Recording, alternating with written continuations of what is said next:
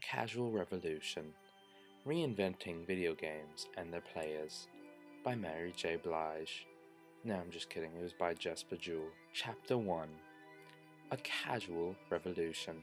Spending the winter of 2006 to 7 in New York City, I was beginning to lose count of the times I'd heard the same story. Someone had taken the new Nintendo Wii video game system home to parents, grandparents, partners of whom had never expressed any interest whatsoever in video games, and these non-players of video games had been enthralled by the physical activity of the simple sports games, had enjoyed themselves, and even asked that the video game be brought along for the next gathering. What was going on? When I dug a little deeper, it turned out that many of the people that I thought were not playing video games in fact had a few games stored away on their hard drives. These were not shooting games or big adventure games, but smaller games, matching tile games, games about running restaurants, games about finding hidden objects in pictures, and of course, solitaire.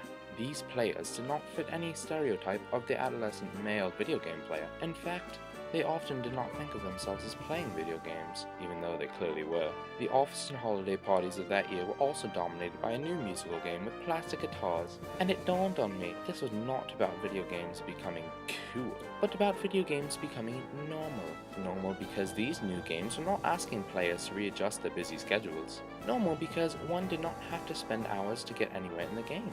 Normal because the games fit the social context in which people were already spending their time. Normal because these new games could fulfill the role of a board game, or any party game. This looked like a seismic change, but when I asked people why they had not played video games before, another pattern emerged. Many of these people I thought were playing video games for the first time, but on closer questioning happily admit to having played much earlier video games like Pac-Man and Tetris, and to having enjoyed them immensely.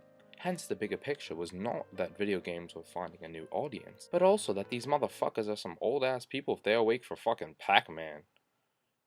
No, I'm just playing. It actually says, hence the bigger picture was not just that the video games were finding a new audience, but also that the video games were reconnecting with an audience that had been lost.